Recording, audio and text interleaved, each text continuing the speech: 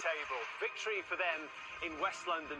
That news filtering through to the streets of North London, where Arsenal fans will have felt that like a real kick in the teeth as they head to the Emirates Stadium tonight to watch their side try and edge closer again when they take on Aston Villa, who, remember, won there at the Emirates Stadium in April to derail the Gunners' title charge.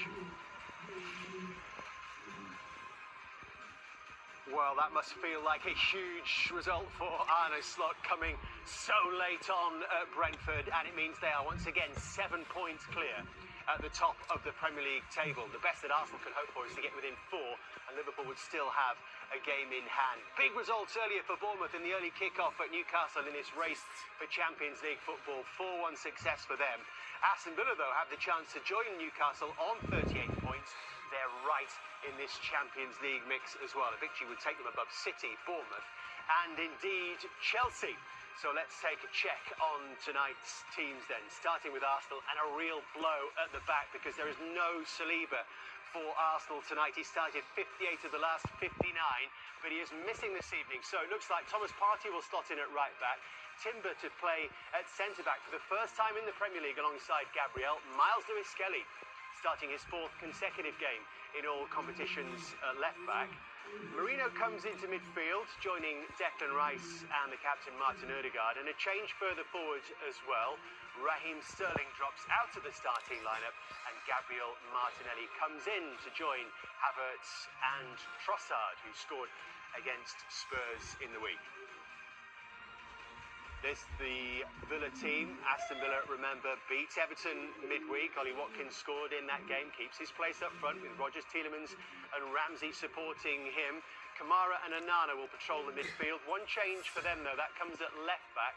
When Luca Dean drops out, Ian Maatsen comes into the starting lineup. Tyrone Mings keeps his place at centre-back alongside Ezri Konsa. And Daniel Malam, a new signing, is also on the bench for Aston Villa tonight. So once again, the pressure turns back onto Arsenal. They are chasing. Can they get closer to Liverpool again? Here is Mikel Arteta. His pre-match thoughts with Patrick Davison.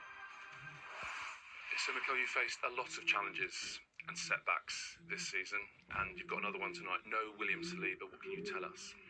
He felt something post-match, something muscular. We don't think it's too much, but he could not train yesterday. He wasn't feeling good enough to play, so we have to assess the situation. But from what you're saying there, it sounds relatively minor. It's not like a Saka situation. No. Well, hopefully not. But he wasn't feeling right after the game. He felt something, so we need to do further tests to understand what he's got. Is the knock-on effect to losing him quite big in terms of other players having to adjust their positions? Rice goes from an 8 to a 6. Partey to right back, Timber to centre back, so the ripple effect is large. We've been like this all season. Obviously, we're missing quite a lot of players in the backline as well to have more variability there, so that's it. So, how important then is the reaction to this news? You can imagine his teammates, not another player. You can even imagine the crowd arriving here, blimey, no Saliba. But I guess that kind of feeling sorry for yourselves doesn't get you 3 points. No, and what is given is a lot is the fact that we just face it and we go again. That's the way we have to do it. So what sort of game do you expect, Mikel? Well, depending on their approach, really, because they have various approaches with the ball. Is a team that obviously wants to play, wants to be dominant. They have a lot of quality. They have good patterns, and defensively they have different kind of behaviors. Sometimes more aggressive, sometimes much more passive, and so on. And depends on our behavior as well. Talk of Arsenal heading into the transfer market soon. We've done that as well. We've gone to Soccer Saturday and signed 2 of their finest. Lee Hendrick, formerly of Aston Villa. Paul Merson, the ex-Arsenal man, of course. Just tell us, Merson, a little bit about the Arsenal mindset, given that for a long time it looked like Liverpool were going to drop points this afternoon, and then those 2 late goals. Yeah, they'll have to really be focused now. They've gone out for a warm-up. The crowd will be buzzing. It looks like it's going to be a draw now. The pressure's on now. They've got to win this game tonight. They've got to win. It's a must-win game. If they don't win this, it'll be hard to draw. But that was always going to be the case, wasn't it? Not really. I thought this was a hard game for Liverpool at Brentford. I really did. I thought, and as the game goes on, it gets to 70, 75, 80. If you're Arsenal, you think we're in here. We win today, and 2 points. I know they've got a game in hand, but forget the game in hand.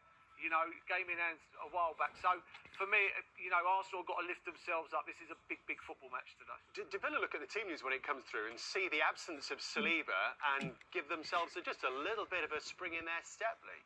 Yeah, I said that to Merce just. I actually thought, you know, likes of Party playing at right back. I do think that Unai will definitely, the way he set up tonight, I think it will be similar to what they did last season. He'll try and soak up the pressure for long periods, and then he'll probably release the, you know,